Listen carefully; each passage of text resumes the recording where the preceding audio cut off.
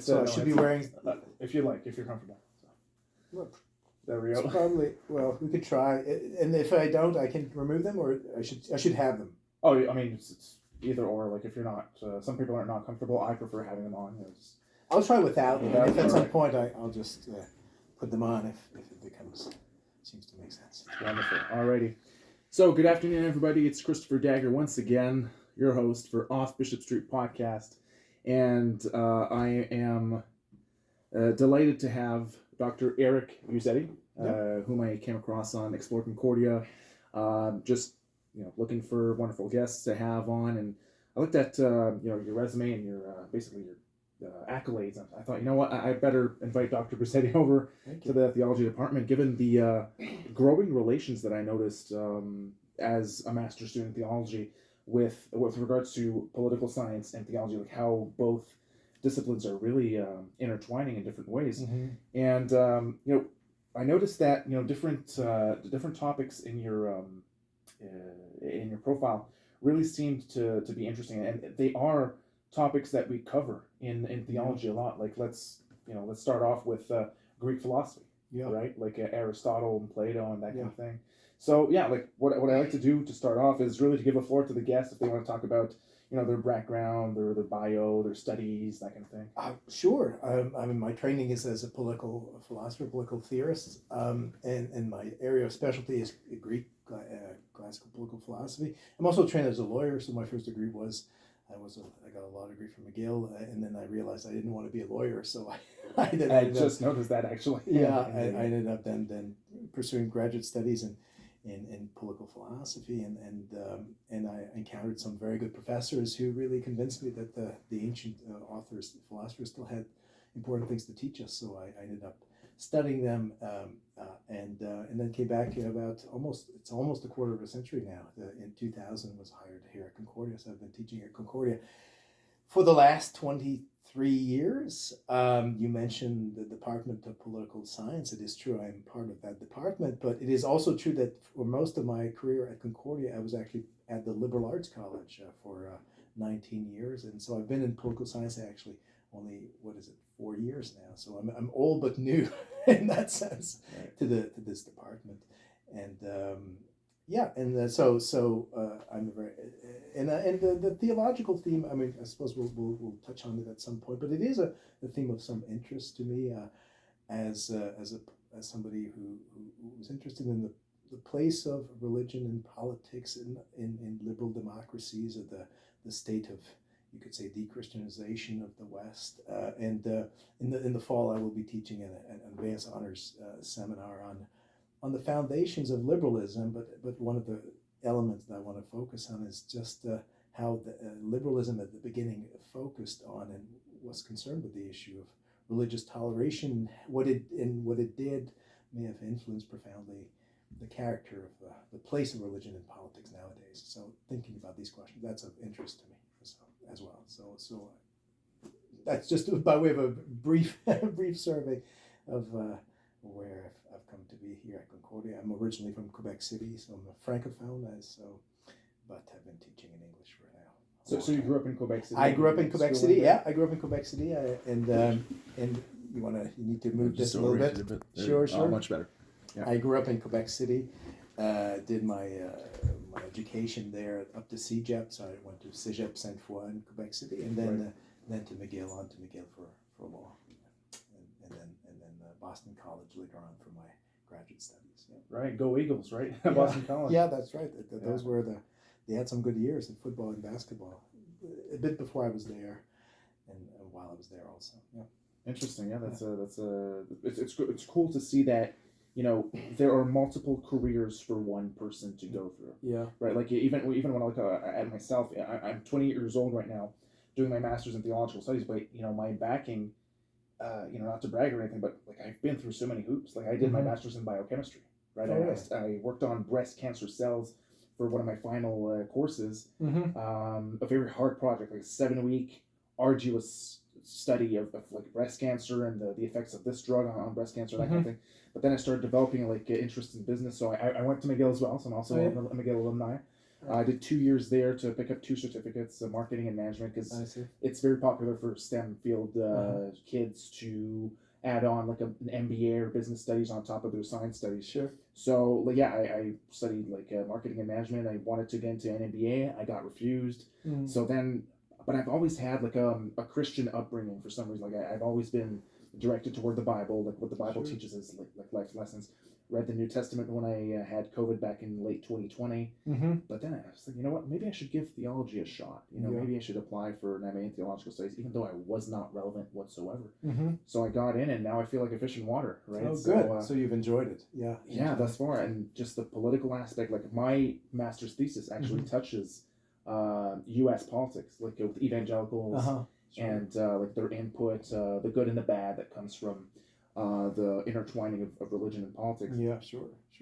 And you know, that's one of the things that drove me to look for specialist academics, PhDs, to see if we can like build bridges, because the fact theology is so pernicious in a good way. You know, when we look at the ties with psychology, philosophy, political science. I mean, I think that generally speaking, the theme of theology, the theme of God, is a theme that is not nearly sufficiently investigated in modern universities. You know, people are quite skittish about it, and frankly, often don't take it very seriously. And, right. And you know, and as a result, there are many. You know, when you read these great authors of the past, Plato and Aristotle, we mentioned Aristotle, Plato, but also many thinkers of the tradition of philosophy, one cannot overestimate the extent to which that question is central to their thought. You know, is there God? Who is God? What is God? And to think about these questions and sometimes in a critical way, of course. But many of those books you really can't read unless you are aware of how important these questions are for these thinkers. You know, even the great poets. I'm thinking of Cervantes, for example. It's not immediately obvious, but it's just the theological question is central to a book like Don Quixote, Dante, obviously. Dante, Boccaccio, Dante, of course, the comedy, but also a great Aristotelian, also. You really, and so one can't really understand our tradition without really taking that question seriously. And it seems to me, I see it in my students very often also, the failure to take the question seriously impoverishes their lives. You know, just that it's not a life question for many of them, and I think they suffer from that. And so in my own teaching, I try to take up that question. My background is that of you could say of a lapsed Catholic, and so I grew up in that environment, but my parents were not really practicing. But I've always taken the question seriously. It's always been important to me, and in my own thinking, I do regard it as important. Yeah, for sure. I mean, if there's something that I learned, after 2 years of doing a master's degree here, is that it's not always, faith is not something that's always black and white. Like some people may have, and I hate putting percentages to it, and despite the fact that I'm very Cartesian and square-headed, but it seems to me like the more and more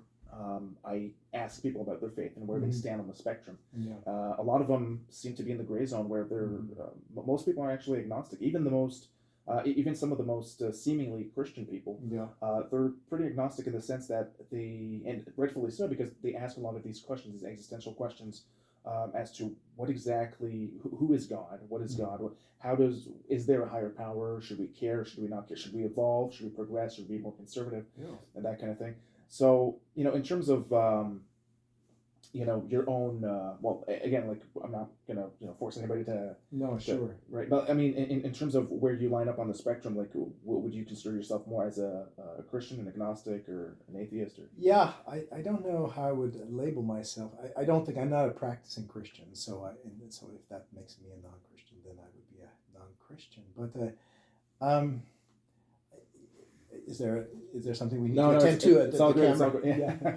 I'm just trying to fit in the frame. Yeah, but just I mean, honestly, from my point of view, it really was.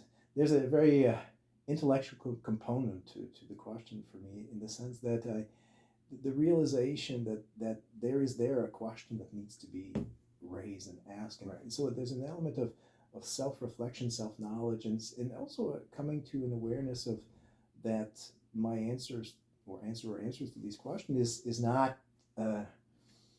Could be challenged, Sure. that I don't have certainties, whatever tentative rejection I may tend to embrace, one could criticize that position. And so it's really, from my point of view, an interest in exploring.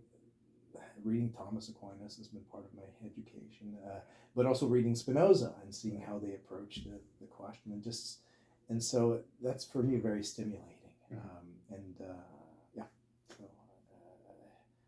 Yeah, I don't know. Maybe as the beginning of an answer. It's a great answer, and I'll tell you why. Because it really shows the openness to question, the openness to investigate more. To this room right here is called the Bernard Lonergan Center. If you look at it, look around, you have different portraits of Bernard Lonergan, who is a Catholic priest, but his self-investment into philosophical issues. He references Aristotle, right? And we study him this semester. Like just the fact that he brings all these philosophical tools that are not necessarily from the Christian corpus into question is very interesting, and it really opens the mind to investigating furthermore, to learn more about okay, we have these religions, we have these faiths or spiritualities, but where do they actually come from? Like what are we chasing, as human people? Whether it be in the field of politics, philosophy, or theology, like there's always this element of a greater good that we're going after. I'm wondering if the greater good seems to, like, as a former lawyer, seeking. I don't know if you probably did you work as an attorney, by the way? I didn't. I did work in a law firm as a summer apprentice, but I never.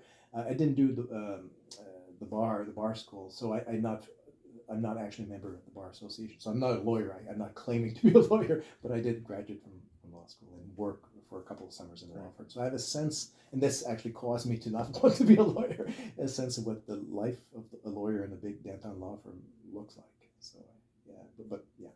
Was there a directionality toward a greater good? I think the question of justice for me was the central question. I was very interested in that question and remain interested in that question for me.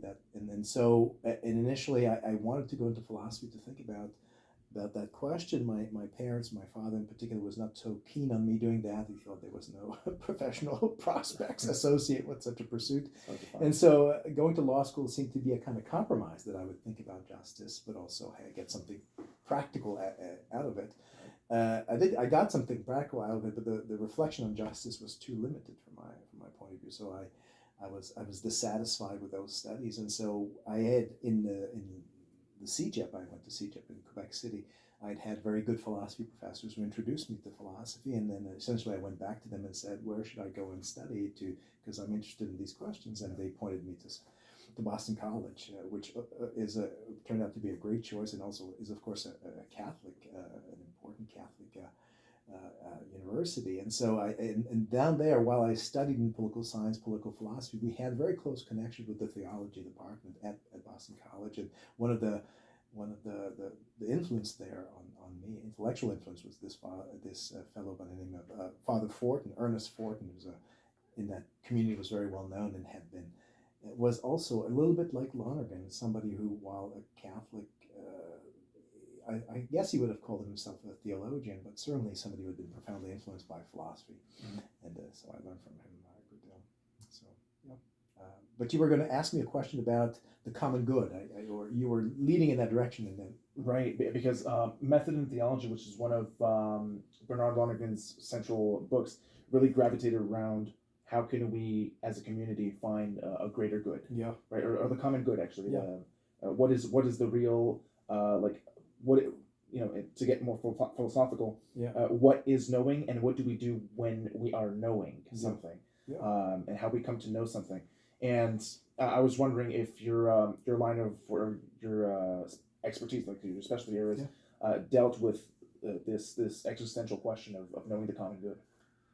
Well, in a sense, you can't reflect seriously on justice without reflecting on the common good, because those two notions are closely intertwined. So yes, reflecting on it, although sometimes not perhaps in a very contemporary, practical way. I was never involved in politics in the way that one would need to be to really ask the question in a very, very concrete, contemporary manner. But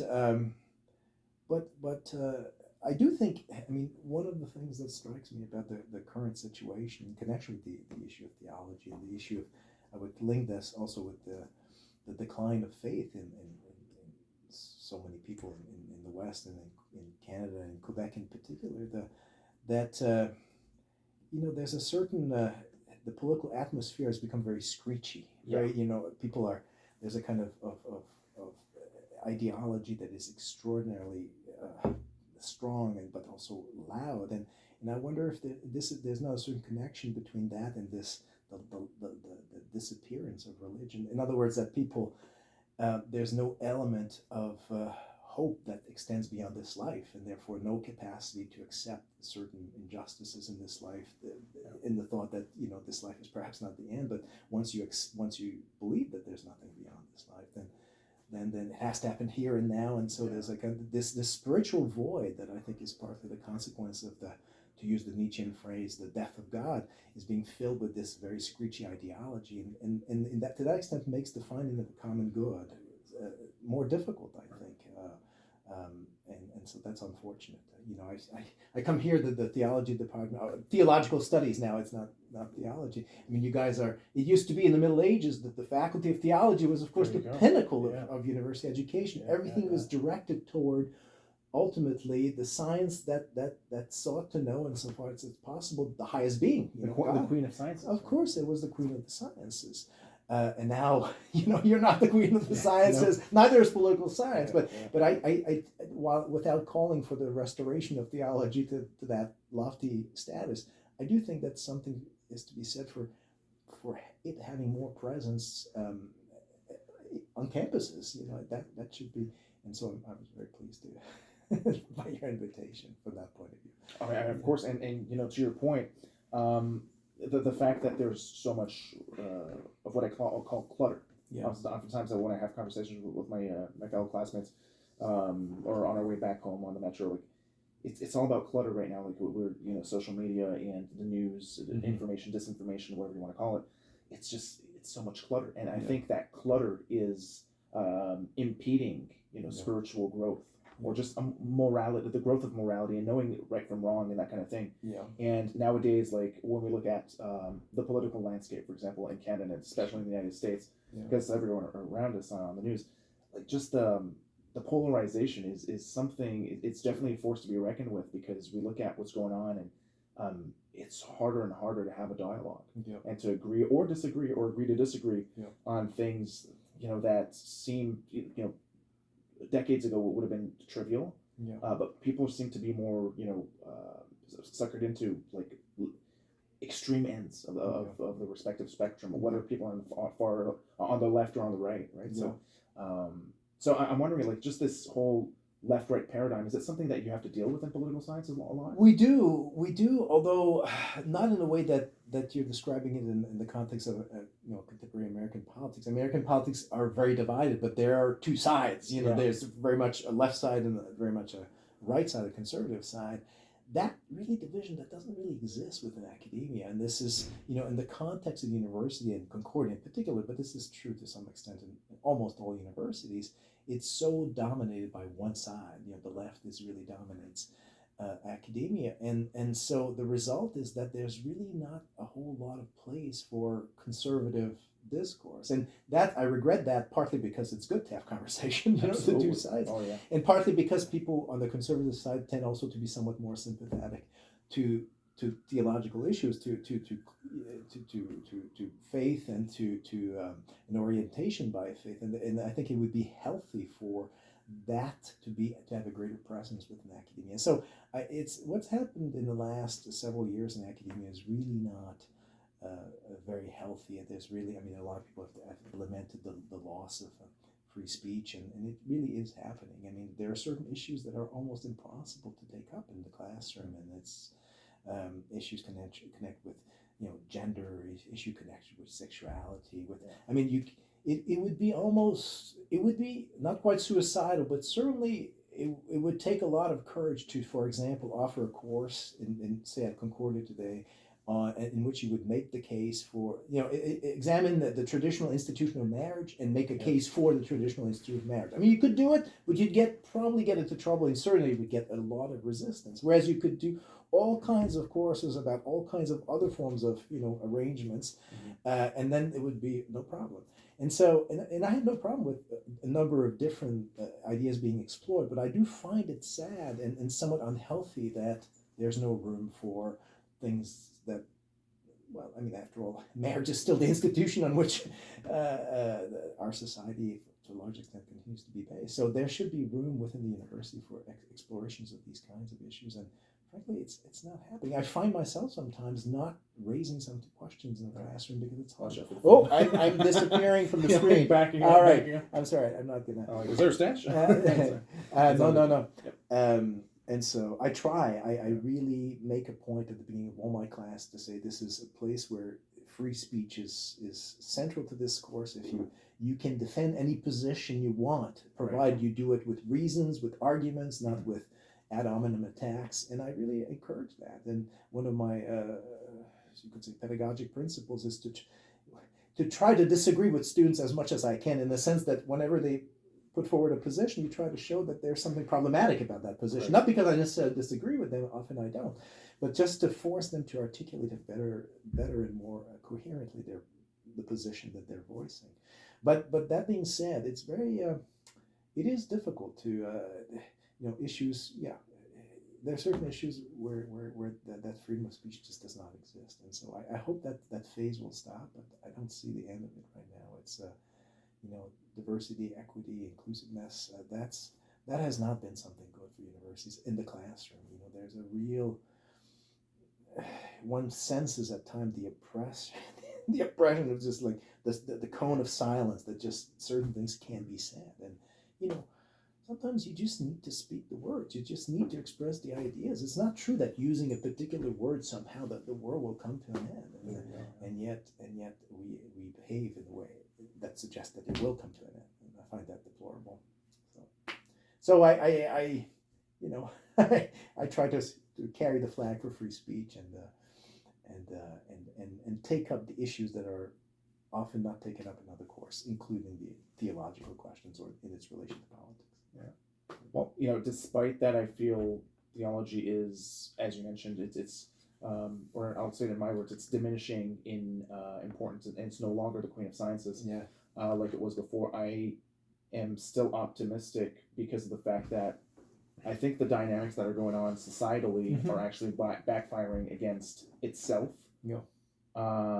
Because of the fact that now it's offering a fertile ground for theology to grow back. Yeah. Because of the fact that the issues that we're dealing with politically and as a society are really providing the ammunition for theology to come back on the surface, because they are theological in nature. Like all these questions have a theological or even spiritual or philosophical rather root to them, and I tend to be an optimist in life. It took me time before becoming an optimist, but now I am very optimistic, very ambitious, very driven person. To look at these different things and think, what? I think there's light at the end of the tunnel, and despite the turmoil that we're going through, perhaps it's a growing pain towards something better. Yeah. To look at, for example, the Book of Revelation in the last chapter of the Bible, there's a good ending to the story, right? So, I think as a society, motions have to be put in place for different movements to come together and to start putting aside differences and look at the different common ground or the places of common ground that we can have in order to have a constructive dialogue and know how to move forward. I hope you're right. I don't know that I'm as optimistic as you are. I wouldn't call myself a pessimist, but I may be naive. But, no, not necessarily. I mean, there is such a thing as being too pessimistic, and but I do. It really is. There's a certain hostility to faith, to religion, and I mean, just this morning driving down to school. Now, there's the issue as to whether the rooms for prayers in schools, in public schools, will be allowed. Have you seen that? I have in not heard about it, the Minister of Education, so decided there's not going to be any place for students to pray in the schools. To some extent, I can understand it. I can understand why you would want to keep schools secular.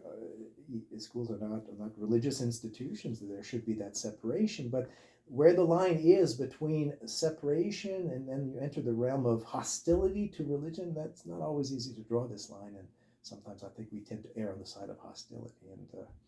And I say that as someone who's not a practicing Christian Catholic, and so, but nevertheless, I do think that there's a loss there that is associated with this hostility.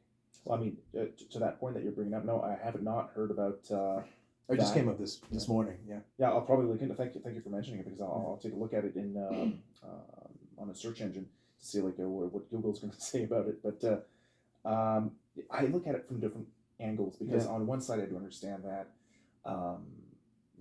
there are so many religions out there. So if we're going to accommodate for everybody, sure, it would be hard to do so in a balanced way. And are we going to have like a mini synagogue here, a chapel here? No, sure. Little mosque here, like within the same, like, we don't have the infrastructure for that. But like, if we were to stick to tradition, the university system, we mentioned the Middle Ages earlier, Charlemagne and the monasteries were the ones that started most of the whole university concept, right?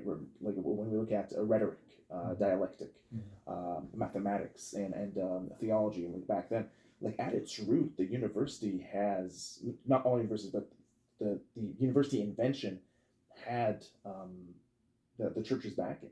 Right? Oh, of course. And like even Concordia, like the whole Concordia network was founded by evangelical Lutherans, I believe. Yeah. So, I mean, at least in that sense, if part of the university would have a chapel to remember that particular tradition or that root, I would understand that. But then to remove, I don't see any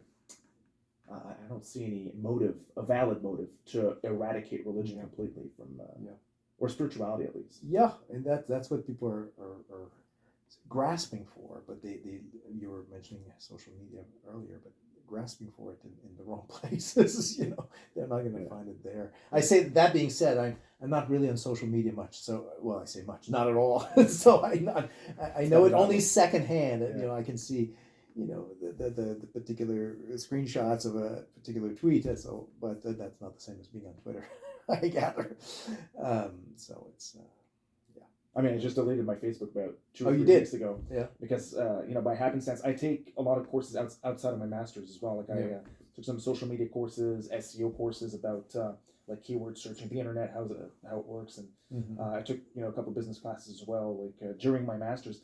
And some of the social media courses that I took with continuing education in Concordia really shed light on certain aspects of social media. I was like, okay, oh crap, And I've been thinking about deleting my Facebook for a while, being a millennial myself, because of the fact that there are a lot of things, like when you measure the pros and the cons are quite heavy, like especially with TikTok right now, and I might have to ask you about that, like the whole debate whether or not like Canada and the U.S. should ban TikTok or not. Like it's social media is a beast. Yeah, sure. Yeah, I don't have as a parent, I hope they ban it simply because my youngest seems to be addicted to it. But that's a flippant answer. The harder question is, well, one would need, first of all, to have a real knowledge of what it is precisely that this company can and cannot do. And this is often something that we lack. We don't have an awareness really of what's being gathered and what's not being gathered. Is in principle, I think we have to be somewhat more, gain a greater awareness of the extent to which, and it's not just TikTok, also all the media companies, Google, Facebook, the extent to which they have enormous power and they follow us. And my wife often makes fun of me for being kind of this, a survivalist, malicious survivalist who's very suspicious of these big companies. And she exaggerates. I'm not that, but there is a sense in which if the intent of these companies were to become somewhat malevolent, they could do a lot of damage. They know so much about us. I get, sometimes even Concordia, we have now Microsoft. I'm not quite sure. Our email is all Microsoft. And then at the beginning of the school year, I get this email from Microsoft telling me how much time I spent on my email, how much, just like you realize somebody somewhere could have access to this information. I'm not afraid that the FBI or whatever, the secret police is going to come and grab me, but the fact is it's there, it exists. Yeah. And you only have to look at Russia, at China to know that political power can fall in the wrong hands. And when that happens, that technology can become a tremendously dangerous instrument. So I have some, I would put it this way. I don't know, I'm agnostic about the question of TikTok, but I'm certainly sympathetic for the notion that there should be political control of technology, and more control than there is now. These companies are, they're really like the trusts at the turn of the 20th century. They need to be, and some of them, they need to be broken up. I think they're too powerful, they're too strong. And I know that they make our lives easier in all kinds of ways, but they're just too powerful. It's not normal, for example, that you buy, I don't know, just recently I was buying a computer and you get the Office, whatever, and you've bought the product, and yet you have to have a Google account to activate the thing. I forget exactly what it is. In other words, you can't use the product without, in effect, giving over more information to I think it was a Google account that I need to have. I forget now. You can tell that my wife had to help me in these matters. So I think the political control of technology is an issue where I'm sympathetic to the need for more of that, I think. So yeah, on TikTok, I don't know what's going to happen. I wouldn't be surprised if they do get banned. I think the situation between the U.S. and China is become much worse, and it's gonna, I suspect, gonna get worse. And we're really entered at the beginning of a new Cold War, I think. And China really wants to displace the U.S. as the leading world power, and the U.S. unfortunately has entered a period of decline, and we'll see what happens. But I wouldn't be surprised if there's a real reaction against TikTok. I mean, this episode with the flying balloon, what was it, 2 months ago or a month? Oh yeah, got shot down or whatever. He got shot down, but just this, the brazenness of the Chinese in doing something like that, that heralds, I think, somewhat uncertain times, I think, in the U.S.-China relation, and therefore in the political stability of the West, I think. So we'll see, but I wouldn't be surprised if it gets banned or at least seriously curtailed in TikTok. I don't know. Do you have thoughts on the matter? Well, that's, I mean, if I were to play with the ball a bit, again, if I were to look at it as a naive or optimistic person, I would be thinking that maybe this is just a bad wind that needs to blow over, and that it's not going to be a long-term feud between both nations. Hopefully, especially because we're the neighbors to the north. We're a huge partner to. We're U.S. number 2.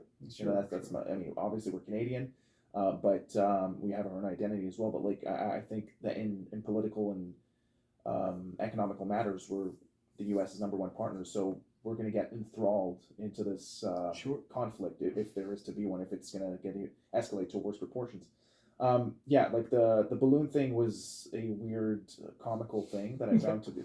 And actually, I do tutoring on the side, and in French and English, math and science and chemistry, and I was just had to coach a girl on French and teach her French, and I went on the La Presse website, and one of the articles that I wanted to coach her on reading was that. I was like, okay, a balloon. What's the story about? So I clicked on it, and we're both reading it. And we're like, what the heck? I mean, it's laughable when you think about it. But at the same time, it's kind of scary, because if this is legitimate or illegitimate espionage from one nation onto imagine what they can do here. We're next door. For sure. Right. So yeah, and again, like about TikTok, to answer your question, like I would be content and sad at the same time if Canada, if Trudeau or the administration were to ban TikTok, because of the fact that I know that the business side of me knows how much of a marketing machine this thing can be. Yeah. Right, and it can be profitable for a bunch of drop shippers or people who have a side income, or people want to do affiliate marketing, that kind of thing. TikTok is huge because there are a lot of eyeballs on it. Yeah. And purposefully so. But at the same time, I'd be content if they ban it, if indeed there is danger when it comes to privacy infringement, or if there is, if there are folks, and I believe that there is a high possibility that there are folks at the other end of the world that are collecting our data and manipulating it for their own profit. Yeah. We can link, TikTok with the Huawei situation a couple of years ago. Sure. Like, I'm not even sure if I see I don't know how long it's been since I've seen somebody carry around a Huawei cell phone. Yeah, they seem to have destroyed that. Here, that seems to have disappeared. It's been completely out. Decimated completely. Yeah, I mean, the politics. However powerful these companies are, the political is still more powerful. If the political decides to ban something, they can really destroy a company here in China, anywhere. So yeah, we'll see how that develops. But I don't. Yeah, I think we see here again the difference between you and I. You're more optimistic than I am when it comes to the future in these matters. But whatever happens, whatever happens in the U.S., Canada will, I assume, follow suit. Canada is not going to ban TikTok unless the U.S. does it. And if the U.S. does it, I assume that we will ban it. But we'll have to wait and see. I'm not on TikTok, so I'll be okay. As a parent, I'll be delighted. Yeah, that's the thing. Like, to see your kids not on it, they're going to be sad, but you're going to be happy. Yeah, but they'll find something else. Yeah. If it's not TikTok, it'll be something else. So it can't be the deciding factor. I know. I mean, there are sports, music, arts. You would hope that they would look at these things, but apparently that's TikTok. There's some kind of drug in there that attracts them very much. So yeah. But what I find weird though is, I'm 28, so when I was in high school, it was about a decade ago. Social media was we were the guinea pigs of social media because it was starting to grow, and I had to work my butt off to buy my first iPhone. So and I feel bad for these kids that are so entitled because they get they're born with a cell phone. Like they get a cell phone when they're not even 10, and then I'm thinking, okay, well, I get that they get to have that privilege, but at the same time, it's a poisoned gift because at that age, there are so many things that they can get exposed to. Yeah. Like we're not even talking about pornography or like a whole bunch of dark stuff that if I had kids, I would do everything I can not to let them access. Yeah, it's very difficult because it's almost impossible. I mean, maybe it's possible, but to resist the kids will demand these things, and it's very difficult. You don't have to give it when they're 10, but once they get to be teenagers, because you also the impact on them as everything is on the phone. With the interaction with the friends, they text each other. If your child doesn't have a phone, then they really are excluded from their circle of friends. So there are implications and negative implications. On the other hand, I see it in my students in the classroom. The impact that this has on the students' ability to have an attention span, to be able to concentrate on something, a text that is difficult, and not to. I can see it that they can do it for like 30 seconds, 45 seconds, and then they give up. There's no ability to stay with the attempt at interpreting a text, for example. I'm teaching a seminar right now on Aristotle's Ethics, and I can see it. I mean, some passages are difficult, and I can just see it. They try, but the attempt, they don't have the staying power, the stamina. And I do think that it has, at least in part, to do with the easy pleasure that the phones provide. And so, it's as a somebody in education, I do lament the fact. I mean, I'm not opposed to cell phones, and they can be wonderful instruments, but there's a cost. There really is a cost in the classroom. So I'm wondering if we should bring back those flip flop cell phones that have barely any data. Good luck. Yeah, it's true. It's not that long ago, and yet it seems like 100,000 years ago. Right, like a prehistoric dinosaur. Yeah. But yeah, that scares me a lot. When I look at the attention span issue, because you're probably the 10th person that tells. It's not original. Yeah, it's not original. But it scares me because if exposure to these things, to these platforms and mediums, is diminishing attention span, and people are not becoming intellectually sharp. That's going to affect a whole crop of teenagers and young adults that need to develop, right? And again, they're exposed to so much clutter. Videos are getting shorter and shorter because their attention span is getting shorter. But it's like, is it the chicken or the egg? Is it because of the videos, or is it because the kids are no longer having the same attention span as before? Mm-hmm. What kind of measures can we take? I'm wondering. Okay, well, thankfully I do not have TikTok. Right, I just deleted Facebook, and Facebook was pretty much the only social medium that I had other than LinkedIn. Mm-hmm. Right, and LinkedIn has its purposes, which is professional. But man, I'm thinking about the attention span. Is okay now that the attention span has decreased. I'm starting to think, how can we re-increase that attention span? Mm-hmm. What do we do? Do distract them from TikTok? Do we channel these kids towards something else that can, like Sudokus or intellectually stimulating activity? I don't know. Like it's up in the air. Yeah, I don't have an answer to your question. I don't know, and all that I do as a teacher is to try to preserve alive the notion that there are books out there that are worth reading, and books, not just reading, but books that require that you read them slowly, that you read them not just once but twice and three times, that you preserve. I try to preserve or cultivate in my students this faculty. Nietzsche described the good reader, or compare a good reader to the cow, that you have to learn to masticate. You take the text and then you chew on it for a long time. That's a very interesting analogy. Yeah, and this is how he described, that's what a good reader is, a cow. And that's really what I try. I don't tell my students this, but this is the kind of the quality that I try to foster in them, to make them realize that you're not going to get an understanding of Aristotle's ethics from just reading it once quickly. That's not going to happen. You have to accept that you're going to have to reread things. You're going to have to compare chapters one to the other, and pay attention to every word. But you basically have to force the student to do it, because it's so foreign to them, because it's so, everything in their background, their education rebels against this very deliberate, slow, and at times rather heavy-handed attention to everything that's there on the page.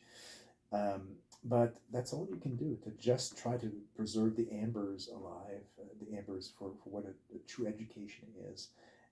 And I think in some cases the fire catches on. I do see it in some students who just realize, wow, that I can get that from a book, Right. and I can never get that for myself. And so those are successes, but they come at a price. You have to work at it, and I must say they're a minority, those who actually can be turned around in this way. So, but I don't. With regard to the phones, I don't know what the solution is. If I knew, I would patent it and sell it.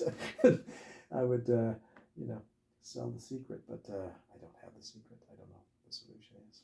Yeah, I don't think that there is any secret sauce that's meant to be cooked up for that type of problem. But what I do think is, if there's a reward system that's put in place, where especially tailor-made for that particular age range, because we know the part of the demographic that's affected the most, right? It's the youth. If there's a reward system for the youth that can be installed, that can be marketed for them to get on board with that. It can be technological or not. I'm pretty sure that once they become aware of that particular reward system and they get on board, and you can probably patent it and market it and sell it afterwards, that may be the solution to the problem. Now, obviously, I'm talking in abstract terms, like what exactly concretely, what is that concretely? Yeah. When you think of it, it has to be something that's youth friendly. Maybe it can be an app.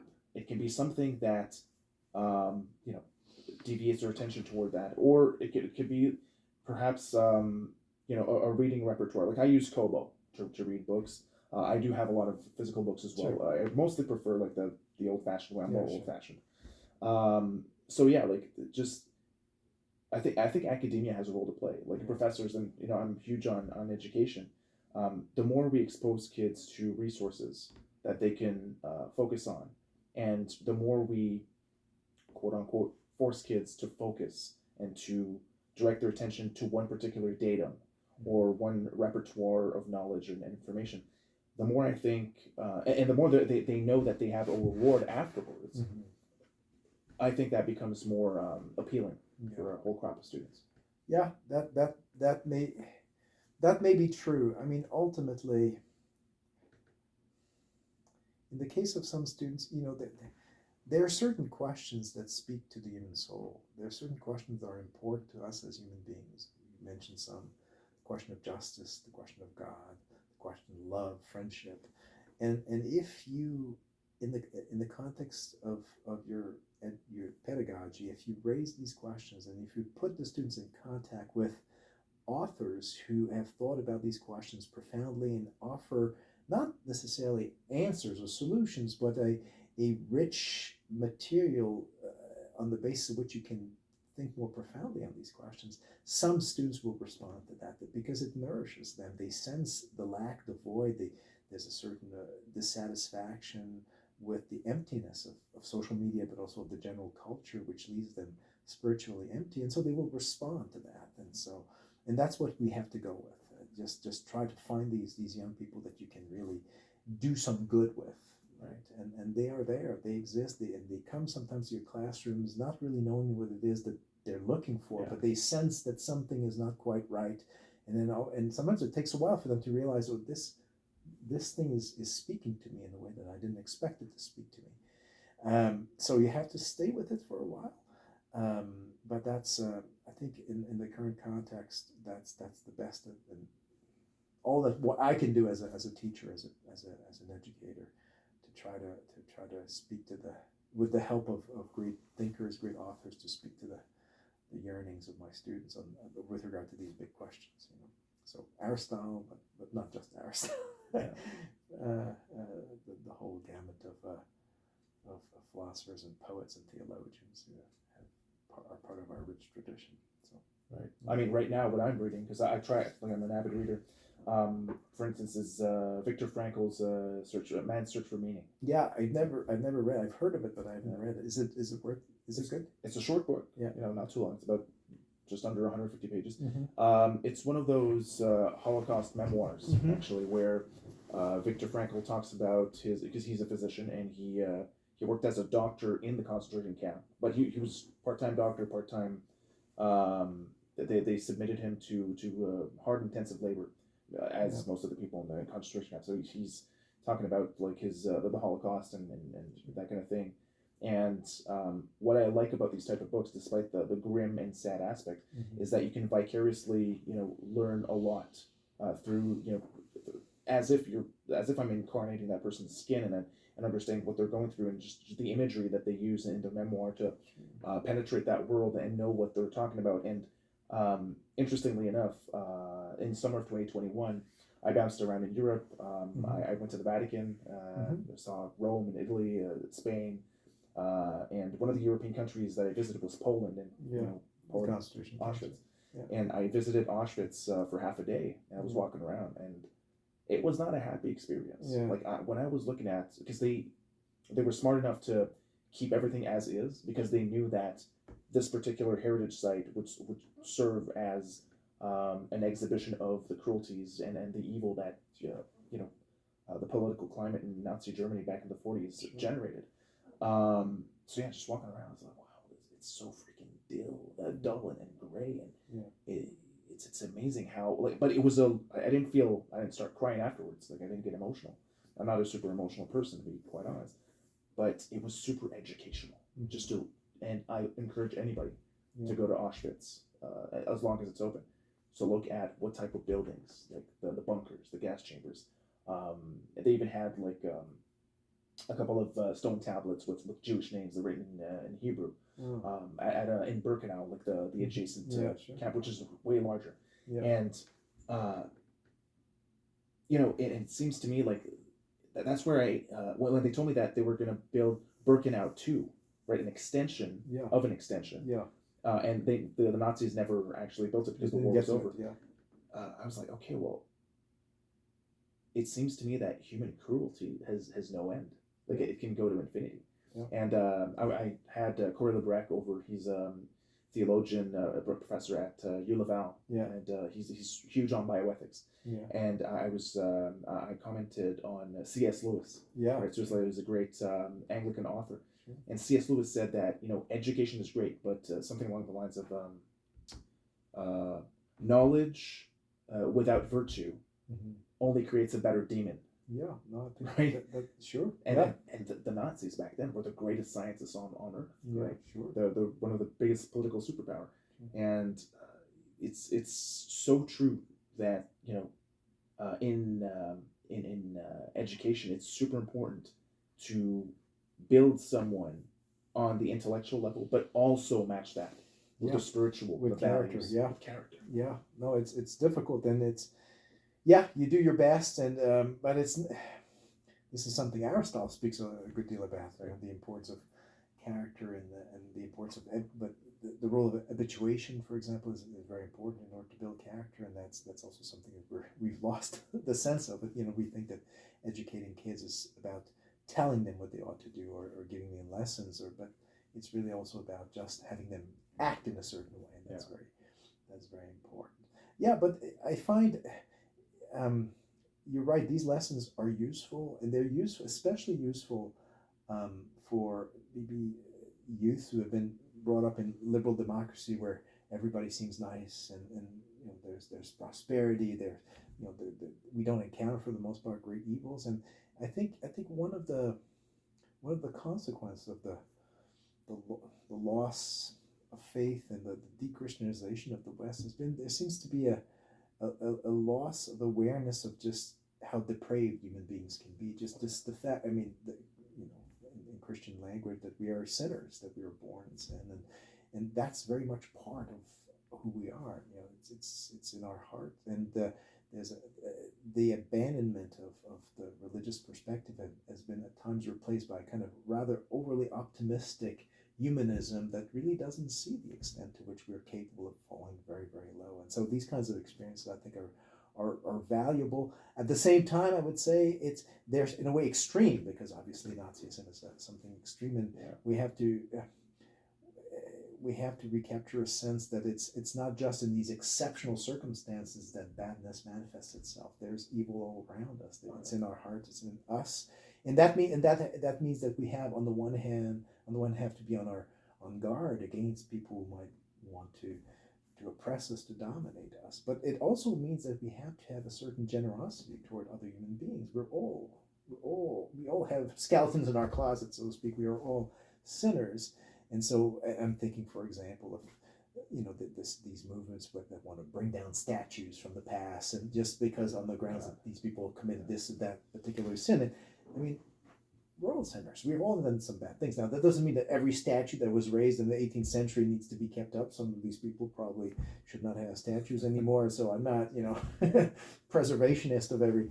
But you bring down, I don't know, a statue of Abraham Lincoln, and there's some insanities. What's that? Yeah, or George Washington. Or George Washington. There are some insanities on the grounds that they transgress in some minor way, or for some because they didn't quite behave or speak in a manner that is consistent with the moral rectitude of the day. That's insane. And I think having a greater awareness of the evil in our heart, so to speak, is conducive to a certain moderation in action. And so that's a valuable lesson also to convey to students. So I try to do that when I get a chance. Yeah, for sure. And I think I'd really like to, because you mentioned Aristotle a couple of times. Is that like your main point of interest? I mentioned him simply because I'm teaching him these days, so he's on my mind. My main point, my scholarship is classical political philosophy, but my main interest, where I've done most of my work, has been on the author called Xenophon. Xenophon was a student of Socrates. Everybody knows Plato, who was the very famous student of Socrates. But Socrates also had another famous, at least until the 19th century, famous student, Xenophon. And Xenophon was, and up to the 19th century, he was really regarded as, in some ways, the equal of Plato. He's a very interesting character.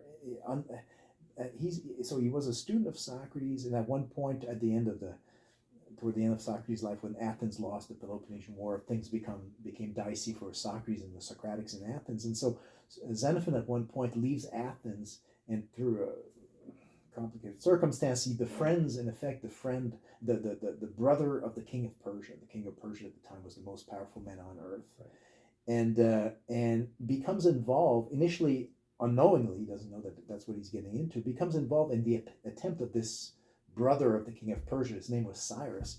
The attempt of Cyrus to overthrow his brother, the king of Persia. So as Xenophon becomes involved in this expedition organized by Cyrus to overthrow the king of Persia, because Cyrus has gathered this contingent. He's Persian, but he has a contingent of Greek mercenaries, and Xenophon is one of them. And so he becomes part of this army, and they march all the way down to Babylon, and the battle takes place. And in effect, the Greeks and Xenophon, they win this battle, but they lose the war because Cyrus, their Persian champion, is defeated, is killed at that point. And Xenophon finds himself in the heart of the Persian Empire with these 10,000 Greek mercenaries. They're surrounded by enemies, and he will succeed in becoming the leader of this group of 10,000 mercenaries and leading these Greeks all the way back to Greece, right? And he writes about this, and this becomes one of the most famous survival stories of the ancient world. The retreat of the 10,000, and so Xenophon, and he writes a book about this retreat, and it's an interesting book. And so this is one of the things I've studied, and Xenophon written a book on this.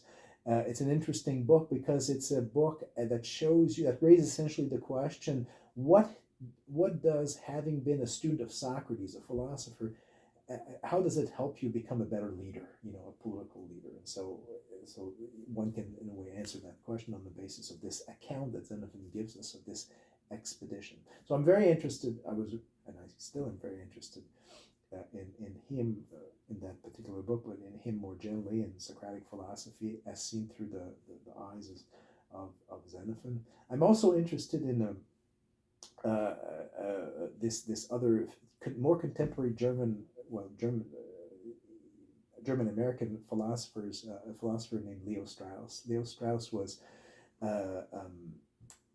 German Jewish. He had to flee Germany and flee the Nazis, and found himself in the United States, and ends up at the University of Chicago. And he really, in a very real sense, is a kind of rediscoverer of Xenophon. He really rediscovers Xenophon in the 20th century, but also more generally puts forward a new interpretation of classical philosophy, classical political philosophy. And he too he's been very much a part of my intellectual interest.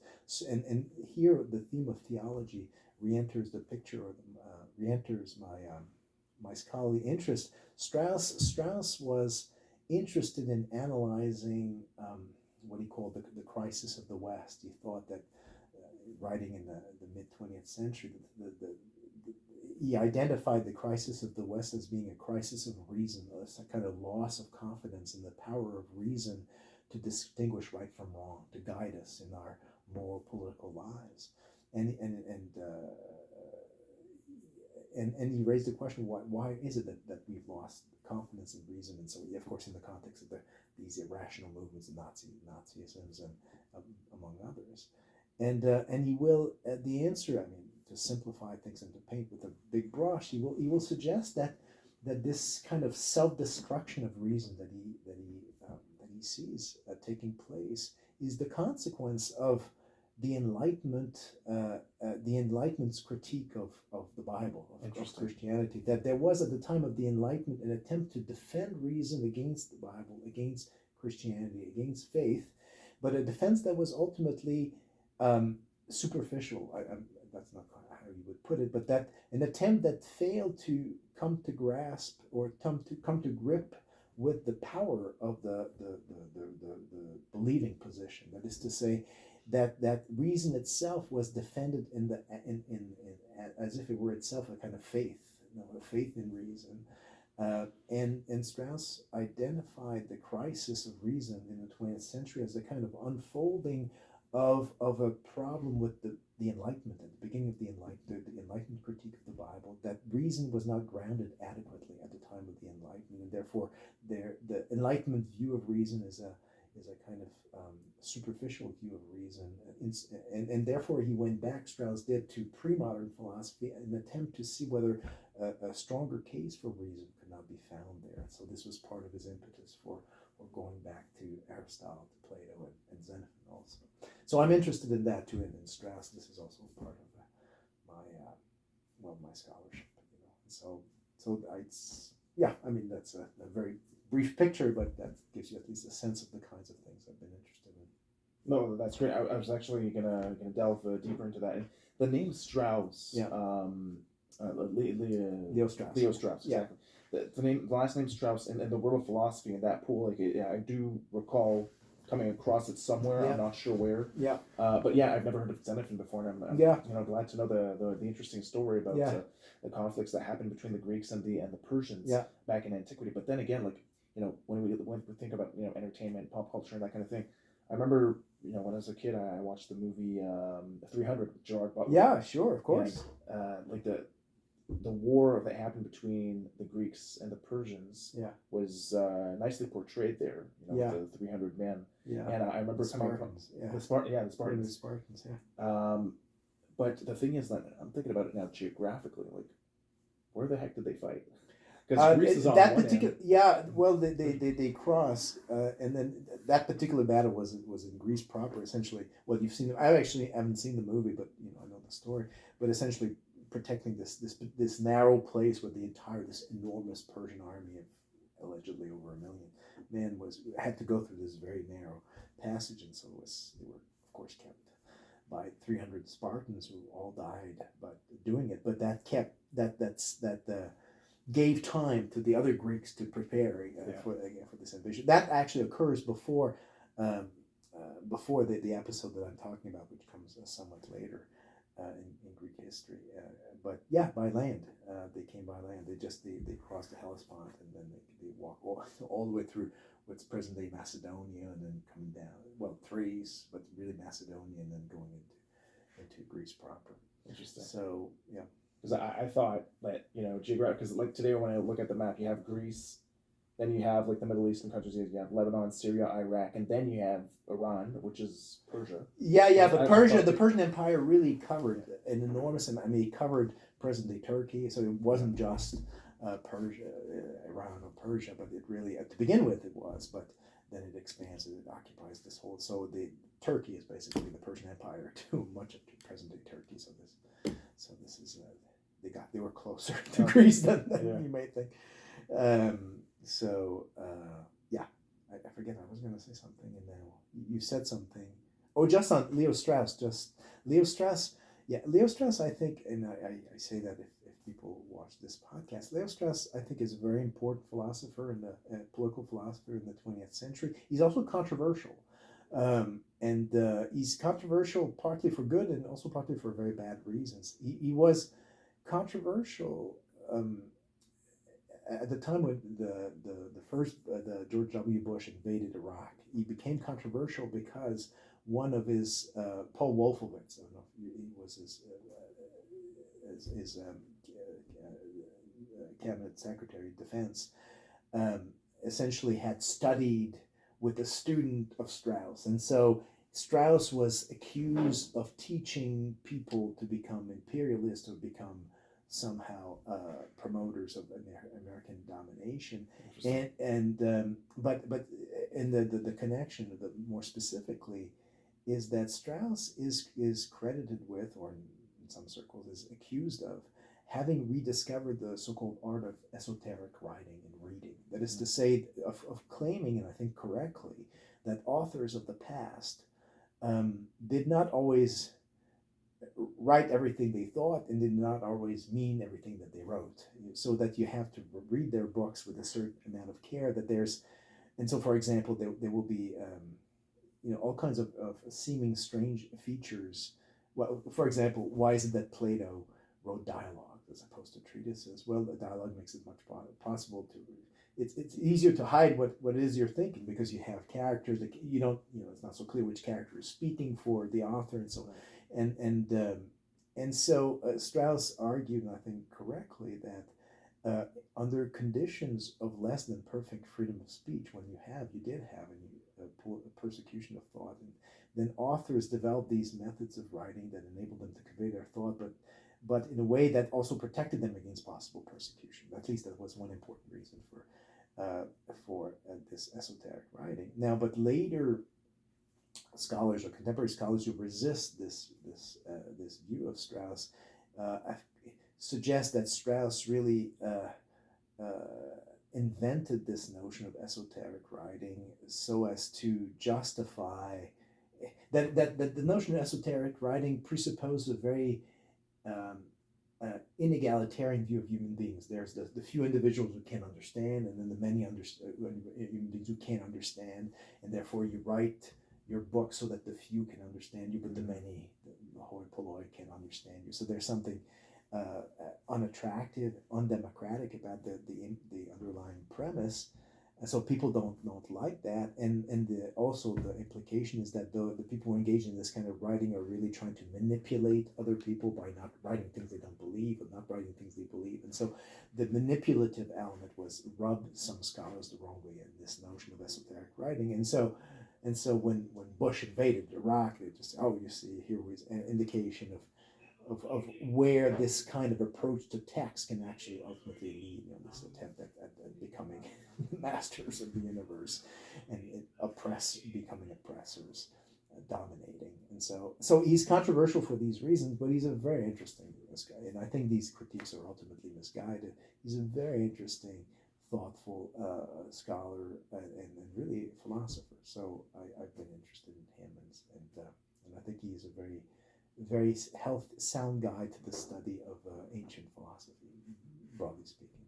Right. Yeah. I mean, you mentioned American imperialism, and it's very hard for me to hold back from asking, with everything going on in the States right now. Yeah. Every day we have news. We're flooded with news. And I'm doing a comparative study for my MA thesis on Catholicism and evangelicals on the end of the world, the end times, especially how heavily the evangelicals weigh in the United States and how that affects our society, politically, societally, and socially, and all. Yeah. I don't know if you've been following the stories around Donald J. Trump recently. Sure, of course. And all the stuff that's going on. He's on trial now. He's on trial, and it's we talked about Cyrus, right? And a lot of evangelicals in the States believe that Donald Trump is a reincarnation, reincarnation, not literally, but at least metaphorically, of that Cyrus figure. Yeah. From is that a fact? Really? Yeah, a lot of they compare him to it. Yeah, folks like C. Peter Wagner, Jerry Falwell, Lance Wallnau, all these strong right wing evangelicals do believe that like the Avenger of Wrong. Right, exactly. The chaos agent, the necessary chaos agent, rather. So they believe that Trump is some sort of force for good. I have my reservations on that. I'm not too sure about that. Yeah. But and it's funny how one particular individual, with everything going on, the trial, Stormy Daniels, Shamaz, how one individual could be so polarizing for one nation. It's true, and I'm not. I would like to see Trump disappear from the political scene. I think he's done a lot of damage. And it's true that he's undermined a lot of norms and so on the whole, he's been a very negative force. It is also strange that evangelicals take to him. I mean, he's obviously not a model Christian in all kinds of ways. So. But at the same time, while I'm no friend of Trump, I can understand why there's been a kind of sympathy for Trump, because there's the elites, which tend to be liberal, have been at times so dishonest with the American people. And you look at the media, sometimes you watch CNN, there's a real intellectual dishonesty there, and people sense that. They sense that their elites are looking down on them, they have contempt for them, they've created free trade agreements that have done them a lot of harm economically, and so there's they look at Trump and they say, I suspect, I'm not there, I haven't done the field research, but I suspect there's a sense among many of them that Trump, yes, is very flawed, but at least he fights, and at least he's willing to. He doesn't despise us. He doesn't have contempt for us. Yes, he has all kinds of problems, and God knows he has vanity. Foul language, and at times just many other flaws. The Stormy Daniels, this is completely unseemly. This whole episode is very seedy. But at the same time, they just say, but look what's going on with these very polished journalists at CNN. I mean, they're just completely dishonest. They never look what happened with the Hunter Biden laptop. It was a real story, and then it was true, and the Twitter just blocked the account of the New York Post. A true story. You had whatever the number of 25 or I forget how many former high-ranking intelligence people in the international community saying this is Russian disinformation. And for 2 years, this Russia hoax with zero basis in fact. So there's a lot that justifies this anger on the part of these humble folks, And so they turn to Trump, not because they see him as perfect. God knows he's not perfect, but And even what's happening right now, putting the fellow on trial, um, is that people will say, on the one hand, you could say Trump has deserved, that the law catches up with him. He's done many things, he's done many things that justify this. At the same time, you say, well, but why is he being put on trial? He's not even being put on trial for paying money for silencing a prostitute. He's being put on trial because literally not following certain accounting rules. I mean, that's literally why he's being put on trial. That's not even a felony; it's a misdemeanor. And then to try to turn this into a felony, then they're adding on this other this crime that he committed, that he broke campaign finance laws, which is not even. I mean, it's not even clear that this is actually a breach of those laws. So you say there's something dishonest about this Democratic prosecutor in New York who's prosecuting Trump. Is that not politically motivated? Do they not want to keep Trump in the public arena so that he wins the nomination, so that they can defeat him in the next election? That probably is what's going on right now. God knows Trump has deserved the bad things that are happening to him. Don't get me wrong. I'm no friend of Donald Trump, but and at the end of the day, as an observer from Canada, I look at the situation and I say, we should be under no illusions here. The shoe will be on the other foot. Now that a Democratic prosecutor has gone after a former president, who's now candidate for the United States, the presidency of the United States, you can be sure that a Republican prosecutor will go after a Democratic former president or future president in the near future. That will happen. Once you have the politicization of prosecution of political figures, it will go both ways. And we're going to be on our way to becoming, banana republics. I mean, this is what distinguishes solid, sound liberal democracies from banana republics. So one of the important things, that the justice system is not politicized in this way. And this is a very bad precedent. I mean, if Trump did some very bad things, he may have committed crimes. This, January 6th, maybe there are crimes there for which he can be prosecuted. By all means, prosecute him. But this is a silly little thing. If you're going to prosecute a former president, A, do it for a serious crime, and B, have the evidence, solid evidence. And in this case, they have neither. And so I regret what's happening now, not because I love Trump, I don't, but because I think it's really one further step down the gutter, the political gutter, and so that's not going to be good. Yeah, I mean, I agree. Like that, there are multiple layers to this thing, and I feel like if they're doing this to one particular candidate, which let's agree that it's an easy target. The sure. Thing that this guy has on his hands. What prevents the judiciary, prosecution, or whomever, whatever that party is called, to prosecute another guy that may have less dirt on his hands than Donald has. Yeah. And let's say, for example, like right now there's a lot of on the Republican side there is heavy competition between Ron DeSantis and Donald Trump for the primaries, I believe. And if somebody digs some dirt on Ron DeSantis, what prevents this particular prosecuting party to, now that they've exercised whether they're successful at the end or not, what prevents them from doing the same thing with another politician who's less dirty, right? Yeah, sure. And then again, like, is there a dirty politician? Is there no dirty politicians? I'm not too sure. My parents would tend to say, like, my parents have been heavily against me going into politics, and they think it's a dirty game. Yeah, so. and in some ways it is, but no one should be above the law. That's a principle, and I accept the principle, and it's true. But you also have to recognize that certain categories of citizens are more potentially exposed to political prosecutions than others. People like Trump, but also people who aspire to high offices. And so one has to exercise discretion as a prosecutor to decide which cases should be moved forward and which should not be moved forward. And I think in this case it was just the discretion was really driven by partisanship, unfortunately. And that's. I'm afraid. I fear for the health of the U.S. Politically, because I do think that our own republic in Canada is bound up with the welfare. If democracy goes under in the States, Canada is not going to endure very long, I don't think. And so it's not a pleasant spectacle to see things going so badly in the U.S. politically, and I hope they get their act together. I mean, there's something pathetic at the prospect of, and we had an election between Trump and Biden. Right. Trump, the vulgarian Trump against the senile Biden, and it looks like in 4 years' time or 2 years' time now we could have a rematch of those two. I mean, really, a country of 330 million people cannot come up with two better candidates than those two. Yeah. I mean, there's something really quite sad about that. But it looks like it may well happen again. Well, I doubt that it. When 2024 rolls around, I doubt that it's going to be the same two candidates.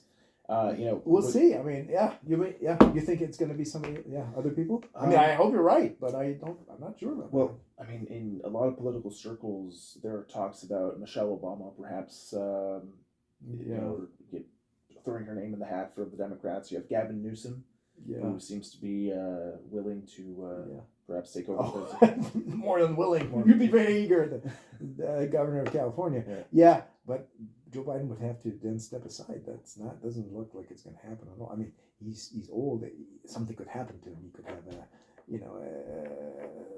a stroke tomorrow morning, but then even then, the vice president, Kamala Harris, would be the next in line. Right. So she's not going to step aside, and she is what she is.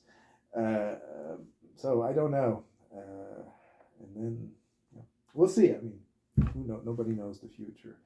But I wouldn't bet against the rematch between Biden and Trump at this very moment. That'd be interesting. I hope you're right that Trump is not there. DeSantis would be a better candidate. Absolutely. I mean, any Floridian would tell you that, or most Floridians actually would tell you that the way that DeSantis managed COVID and his tenure as governor for the past 4 years apparently has been very good. I mean, people would disagree. People might find him to have not been strict enough against COVID or whatnot. But a lot of Floridians are very happy with the way he managed, and it might be a good sign for him, perhaps, if he wants to throw his name in the hat to perhaps become the next president. Oh, sure. But he's going to have to win the nomination first on the Republican side, and that's not a done deal. And now with this prosecution of Trump is probably more popular as a persecuted victim than he was before, and that's exactly why he's being prosecuted. That they want him to win the nomination. The Democrats do, so that they can beat him. And it's not, I must say, in a very Machiavellian, cynical way, it's not a bad plan. Right. It's not a bad plan. So we'll see if it happens, but I don't know. And you know what they say, like, any publicity is good publicity. And in this case, like, I think Donald Trump would agree with that. Yeah, maybe. Although I think it makes it even more unlikely that he could ever be reelected again. I just don't think he can be reelected again. There's too many people who dislike him. He can win the nomination for sure, but I don't think he can win the presidency again, barring some cataclysmic event that I can't quite imagine. I think he's done. Oh well, I don't know. Those are my 2 cents on the matter. And I mean, if we draw a comparison with what's going on in Canada, I personally have met in person Pierre Poilievre and Tom Mulcair. Yeah, both of them. Not at the same time. No. A couple months apart. Yeah. Because there was this Baptist church that I was visiting for my project that announced an event where Pierre Poilievre would be showing up in Laval in Chomedy, and it's near my where I live, and I was like, I'm definitely gonna be there. I mean, it was for free, to meet and greet a politician. Obviously, we can't really talk about it. It was more of a photo shoot than anything else. But he was there with his wife, and he was trying to collect some votes. I obviously didn't get involved politically, but she seemed pretty down to earth and everything. He was answering the questions that the pastor was asking, all that, and and I also met Tom Mulcair here at Concordia because a couple months ago they had an event where he was speaking against Bill 96. Which one is that one? Bill 96 is the one. If only I knew the details. I'll look it up right away.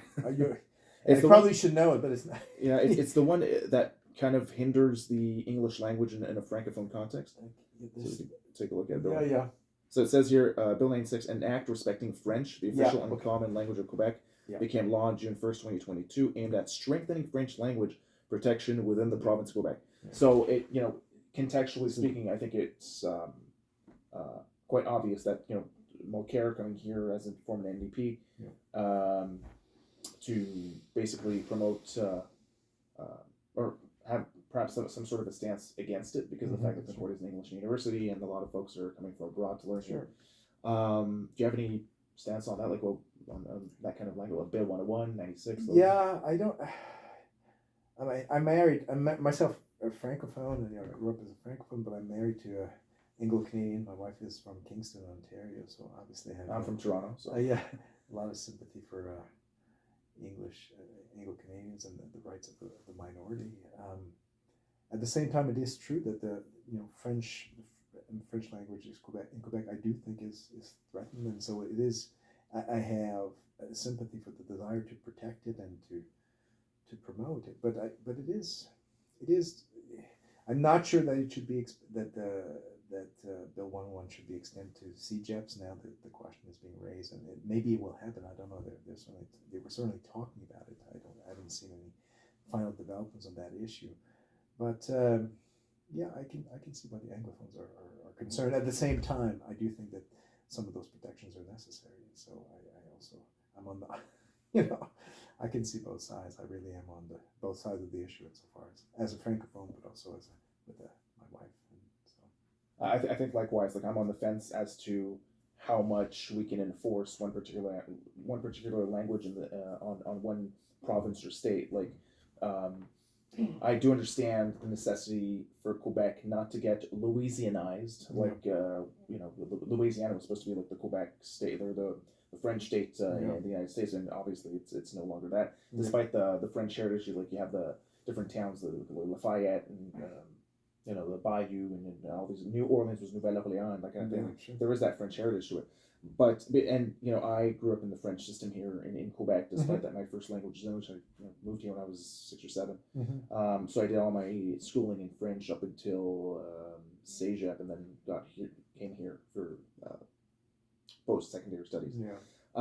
So, and I would say like 60 to 70% of my friends and close ones are French Canadians and staunch, Catholic French Canadians. Most of us are, half of which are like atheists, but other are Catholics, and those that are more traditionalists, they're very pro-French in Quebec. And I understand the need. It's a unique thing in Canada. Like we're not going to have that debate in Alberta and Ontario, but in Quebec, like there is that tension linguistically. And I was looking up these different weird laws in Canada. Apparently, there are font laws, like font size laws. Sure. In Quebec, which is unique on the planet. You mean the size of the font? The size of font size laws. The size, sure. It's that you have to have the prevalence of French, right? So I think it has to be, practically speaking, twice the size. I think the French has to be twice as large as the English character. So, I don't know how they measure that. Well, I'm not sure, but roughly speaking, one understands what that means. Right. Yeah, and. I mean, these questions have been around for a long time, and Bill 101 has been around for a long time, and with the advent of these, I mean, all of this is fine, but one has to realize just how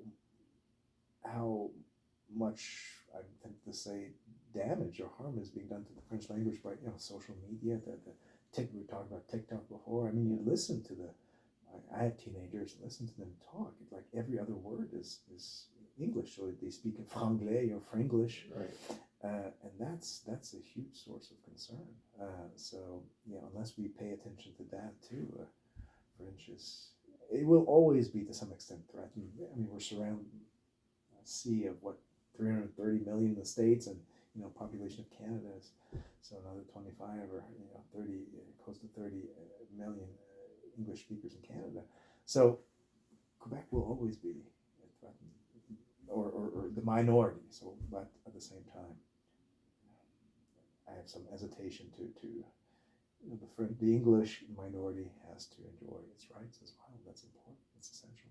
Yeah, I think when people's pockets are respected, like when you have like francophone pockets here and anglophone pockets there, I think when everybody has when everyone's satisfied in their own pocket, like in the province, I think that would be the best way to. But then again, just speaking that way, I might sound like I'm supporting separatism, and that's not what I'm trying to do. But I think to protect everyone's rights, I think there is that compartmentalization that can be at play, but at the same time, like I mean, you just look at how what Montreal looks like, or Quebec. Like if you drive a half hour outside Quebec, outside Montreal, it's pretty much francophone, you know. And somebody like during Mulcair's talk, somebody brought up the point that 60% of Quebec lives outside of Montreal. Sure. Which is the population. The Quebec population, yeah. So, and most of those are going to be francophone, right? Sure. So, in that sense, I'm optimistic that Quebec's the French language within Quebec will never disappear. Yeah. In my opinion, it's always going to be here. It's just that I think it's more of a Montreal issue where you have the West Island, and here like Crescent, McGill. Sure. Like this area is always going to be Anglophone, and it's been Anglophone ever since the beginning. Of course. But if you go to like the Plateau or the outer ends, like the east end of Montreal, that's going to be more francophone. Of course. So yeah, like I mean that's super interesting. I think I delved into the language issue because I mentioned Polyev and Mulcair. What I wanted to bring up actually was the fact that if Donald Trump is under fire right now, and I'm pretty sure maybe Justin Trudeau with the We Charity scandals and all, like his load of whatever the trucker convoy and all that stuff. He has a pretty heavy dossier as well. Yeah, I think I don't know what's going to happen with him. My sense is that it will be the end for Trudeau. It's hard for me to imagine that he will be reelected to what would be the fourth term. I mean, two of them have been minority governments, but it's hard to imagine. The baggage is becoming just too much. You're right. You mentioned some of the problems, and there's not a whole lot of enthusiasm, I think, for Trudeau. Certainly in Quebec, there's not that much, but I think elsewhere in Canada too. But the Conservatives have not gotten their act together. They have not nominated people that were plausible prime ministers, and so when that happens, you lose elections. I don't know if Polyev will do better. Perhaps we'll have to wait and see. But I do have a sense that this might be the end of Trudeau. I wouldn't even be surprised if he announced his resignation before the end of his term. But who knows? I don't know.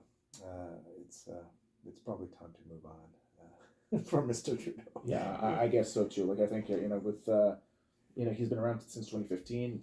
We're clocking in on 9 years now, and the elections I think are going to be in 2025, which is farther than I expected because. Well, it could have been earlier, but the NDP, of course, has given his wholehearted support to Mr. Trudeau. So right, and I was actually because when I met with Polyev, it was in May or June of 2022. So I was thinking, okay, are elections around the corner here? I didn't know. But when I looked it up, and it's like okay, October of 2025. So there is I think he's going to stick around for the entirety of his mileage. But I agree. Like I think it's time to move on to someone else, and I think what would be favorable for the Liberals is to find another candidate. Yeah, they probably think that too. Yeah, but on the other hand, remember before Trudeau was there, the Liberals had a string of bad leaders, and they had not been doing well. Stephen Harper had really dominated the scene for a long time, and the Liberals were really on the back leg, and so he came and sort of seemed to have rescued the party from the doldrums, and so they probably I'm not a Liberal partisan or member of the party, but I can imagine that he's still very much liked and even revered within the party for having done just that. Rescued the party from I won't say oblivion, but rescued it from a string of bad leaders. I remember Dion and Michael Ignatieff, and there were a string of them who really did not do very well at election time, and Trudeau changed that. So. Oh, now that you mentioned Stéphane Dion, I actually met him when I was a kid. Actually, when I was doing Boy Scouts, I didn't meet him in person, but he was at an event where I was there as well. So, again, like I think back then I was too young to understand what politics was and how what makes a good leader and a bad leader. So, I mean, we hear good things about John F. Kennedy. And, sure. But then again, when we look at the underbelly with Joseph Kennedy and the unions and all that, like it's a big story to come up with. Yeah, but Dion where is he now? Is he retired? No idea. I wonder. We'll have to look it up. Yeah. We'll Google it. We'll ask Google later. Thank where you. he is when Or he's disappeared. ChatGPT. That's another one. Yeah, I don't. Then they'll make up something. We don't know. Google, at least so far, seems to be willing to tell the truth, Right. factual truth. Yeah, I don't really know where he is now. And for that matter, Michael Ignatieff, I don't know where he is either. I don't know. He's yeah, all these questions. Well, I think I tried to look up Ignatieff recently. I didn't grasp anything, but thanks for mentioning, because I might have to look into what he did. I know that Tom Mulcair at his conference mentioned that for the past 4 years he's been teaching at University of Montreal. Oh, he has. Yeah, Okay. apparently, because he quit his political career about 4 years ago. Yeah, right. Well, I mean, when it's even, isn't it a bit longer than that? I mean, it really was. Well, it's true. But he really decided the turning point was when he lost to Trudeau, at that time. And then I think he stuck around for a little bit longer, and then that was it. And it was, in a way, very, if I recall, it was very cruel. Do you recall that election? I'm trying to remember. It was a 3-way race with Harper and him and then Trudeau. And then, there was essentially the camp, like, we have to get rid of Harper. And so, and then it had these two champions. And then I think that's what it was. There was then an issue over whether people should be people who swear the oath in the ceremonies when they become citizens, whether they could be allowed to wear the veil or not, whether they should remove it at the moment. And the two leaders, both Trudeau and maybe we'll check that whether I'm correct on the facts, but if memory serves, whether and both leaders said yes, they should be allowed to keep the veil if they want to. And this position was very, very, very badly received in Quebec, where at that time the NDP had tons of MPs because of Layton had done so well before, and so the NDP lost all of its support in Quebec. And therefore, there was a kind of the camp, we have to get rid of Harper, then solidified around Trudeau, even though Trudeau had held the same position, that key issue, and Mulcair did. And so Mulcair was destroyed and Trudeau got it. But really, for holding the same position that Mulcair did on this issue. And that's when Trudeau won the election against Harper at the time. This 2015, I think it was. Yeah, it was 2015. Yeah. But I'm totally incognizant of what that veil is. Like, I'm wondering if you can just. I mean, just whether you can swear. I mean, it was an issue connected with Muslims and Islam, whether you can swear I think that's what it was. Whether women who swear the oath of allegiance can be allowed to do it while veiled, or whether they have to. The hijab. Yeah, I think so. The hijab. I think that's what it was. I'm speaking from. I'm on camera now. I probably should not just shoot the breeze and recollect. I could be wrong on some of the details, but I think that's what it was. But I remember, as a political scientist, thinking of being struck by the sort of the unfairness of politics, that he really lost the election to Trudeau, even though Trudeau really held the same position that he did on this issue that broke him, and that in effect made Trudeau. So it was a lesson in that. But how did Mulcair lose, or where did he go wrong? Just because the support in Quebec collapsed as a result of him taking this stance in favor of people being allowed, Muslim women being allowed to swear the oath while not showing their faces, and so he lost all his MPs in Quebec because Quebec was almost entirely orange at that time, in 2015, because of the previous election where people had fallen in love with Jack Layton, and so he lost all this support. And since since he was no longer an option, when people realize this guy is no longer an option, he's losing all the support in Quebec, but we don't want Harper, then the only answer was, we have to vote for Trudeau because we don't want to get rid of Harper. Right. So I seem to recall this was despite that Quebec has a higher propensity to vote for their own party, like the Bloc Québécois. Yeah, but that's true, but not. I mean, the Bloc Québécois had some serious problems in more recent times. Anyway, this is all this will need to be checked again with Mr. Google to recall that. I'm a bit fuzzy on the details, and I probably should have gone on and on about this shooting from the hip fashion, but there you have it. I mean, even if you look at the Conservative Party, they've had their own troubles, like going from Andrew Scheer to Erin O'Toole, and like it just had a fast-paced turnover. Like now they have Polyev. It seems to me that Polyev is solid on his 2 feet, you know, right now, and seems to be like I'm personally, I'm very impressed with this particular individual. Not that I'm going to vote for him or anything. I'm not even sure if I am going to vote. Sometimes I vote blank. I'm kind of that generation that doesn't really care anymore.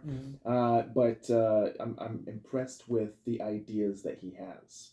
For some reason, I've never voted conservative in my life.